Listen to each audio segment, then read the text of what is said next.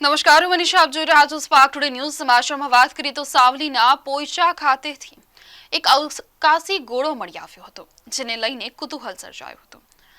કહેવામાં આવી રહ્યું છે કે અવકાશી ગોળો છે અને અવકાશમાંથી તે નીચે પડ્યો છે. અચાનકથી જ આ જે ગોળો છે તે જોવા મળ્યો હોય, સ્વાભાવિક છે લોકોમાં કુતૂહલ સર્જાય છે.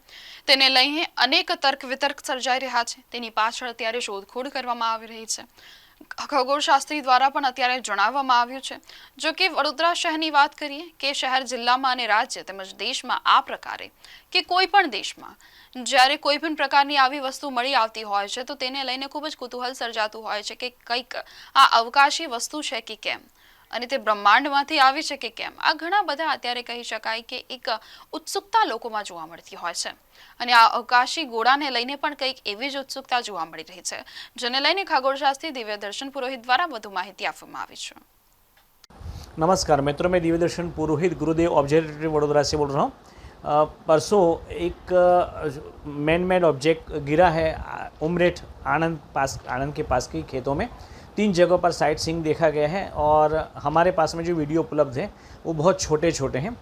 उसको देखने के बाद में परफेक्ट डिसीजन तो कोई नहीं ले सकते हम, मगर हमारा जो एक्सपीरियंस है उसके आधार पर हम कह सकते हैं 50-50% चांसेस है, क्योंकि उसमें 2-3 चीज़ें हमारे सामने नज़र आ रही है। पहली बात, ये जो फ्लोट टाइप का ऑब्जेक्ट जो फिशिंग के लिए लगाया जाता है उस टाइप का ऑब्जेक्ट है।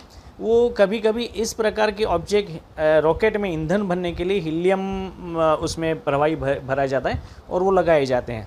तो ये इस प्रकार का हीलियम प्रेशराइज वेसल भी हो सकता है, या फिर फिशिंग ऑब्जेक्ट कोई वो हो सकता है, या फिर एरोप्लेन से कुछ गिरी हुई चीज़ भी हो सकती है। कोई फाइटर मतलब कुछ भी जा रहा हो, और हेलीकॉप्टर हो, एरोप्लेन हो, उससे कुछ कहीं गिरते से गिरी हुई चीज़ हो सकती है।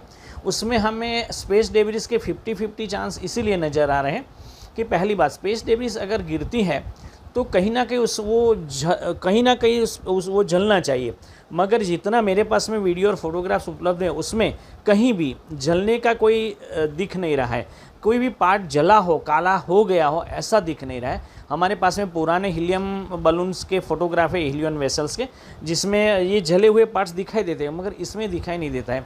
दूसरी बात कि लोगों ने एक किसान की मैंने बात सुनी है, उसने आवाज़ सुनी धमाका, मगर वो किसी ने साइड में देखा है, ऐसा कहीं से भी किसी को मालूम नहीं। हमें कुछ भी इन्फॉर्मेशन नहीं मिली है कि आसमान से कुछ गिरती हुई, जैसे महाराष्ट्र में नागपुर में द्वारिका से लेकर के सब लोगों ने देखी, क्योंकि जितनी दूर से वो आती है, जहाँ से उसका री एंट्री पॉइंट होता है, वहाँ से करीबन 300, 400, 500 किलोमीटर तक वो गिरती हुई आती है। स्ट्रेट नहीं गिरती, मगर वो इंक्लिनेशन पर गिरती हुई आती है। तो कहीं ना कहीं किसी ने देखी होनी चाहिए, मगर स्पेस डेब्रिस जलती हुई आ रही है ऐसा किसी ने देखा, ऐसा अभी तक तो हमारे पास में कोई इन्फॉर्मेशन नहीं आई है।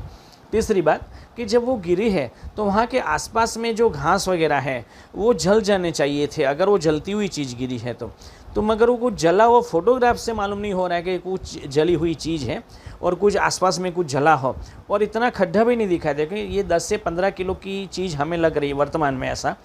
तो ये इतना ऊपर से आता है जब वेसल या कोई भी चीज़ मैन मेड चीज़ टकराती है धरती से, तो छोटा सा खड्डा भी पड़ना चाहिए था, मगर ये खड्डा गिरा हुआ कुछ हमें आसार उसके नज़र नहीं आ रहे हैं। और एक अलग और बात कि इसको कैसे जांच की जा सकती है, उसका मेल्टिंग पॉइंट देखना चाहिए। 2-3 चीज़ें देखनी चाहिए। एक तो इसके ऊपर कुछ लिखा हुआ है, जल जाने चाहिए थे, अगर वो जलती हुई चीज़ गिरी है तो मगर वो कुछ जला हुआ फोटोग्राफ से मालूम नहीं हो रहा है कि कुछ जली हुई चीज़ है और कुछ आसपास में कुछ जला हो, और इतना खड्डा भी नहीं दिखाई दे कि ये 10 से 15 किलो की चीज़ हमें लग रही है वर्तमान में ऐसा।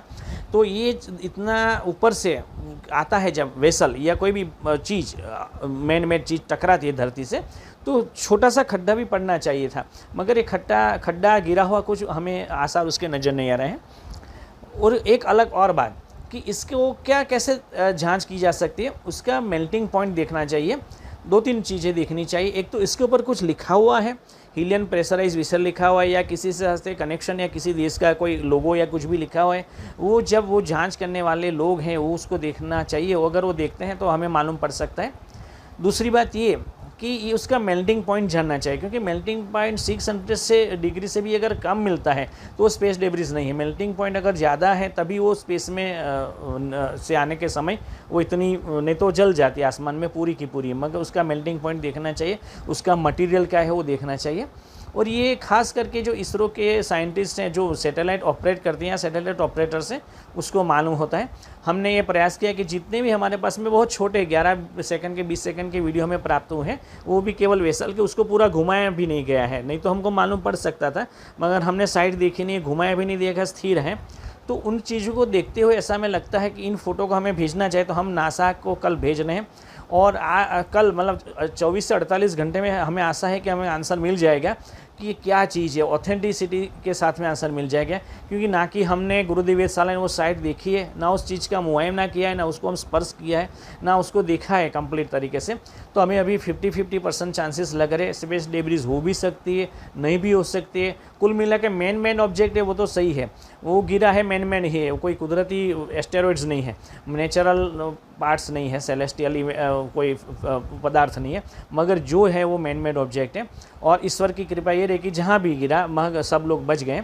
और अगर ये स्पेस डेब्रिस हैं तो ये दोबारा इंसान को ये नोटिस इंडिया वालों को भेजा है कि आप स्पेस डेब्रिस से बचते रहें, और आने वाले समय स्पेस डेब्रिस और भी ज़्यादा खतरनाक हो सकती है। ये केवल 10-12 किलो की चीज़, वहाँ पर 40 से 50 किलो की चीज़ गिरी थी नागपुर में, अभी एक माह पूर्व हुआ है, बड़ी रिंग गिरी थी, उसके साथ में हीलियम की ये प्रेशराइज वेसल भी तो कुछ मिले थे। तो ये सब इंसान के लिए आने वाले समय और भी खतरा बनेगी। जब 1 लाख सैटेलाइट्स आसमान में घूमेंगे तो और भी खतरा बनेगी। इससे हमें डरना चाहिए, सूखी अंधी भूख को हमें मिटाना चाहिए, हमारा स्पष्ट मानना है। और ये हमें मालूम है कि 48 आवर्स तक नासा हमको, मतलब हमारे जो दोस्त हैं साइंटिस्ट वहाँ पर, ना उस चीज़ का मुआयना किया है, ना उसको हम स्पर्श किया है, ना उसको देखा है कंप्लीट तरीके से।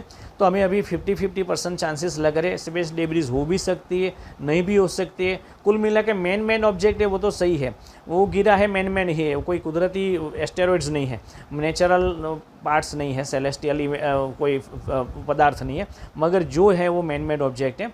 और ईश्वर की कृपा ये रही कि जहाँ भी गिरा वहाँ सब लोग बच गए। और अगर ये स्पेस डेब्रिस हैं तो ये दोबारा इंसान को ये नोटिस इंडिया वालों को भेजा है कि आप स्पेस डेब्रिस से बचते रहें, और आने वाले समय स्पेस डेब्रिस और भी ज़्यादा खतरनाक हो सकती है।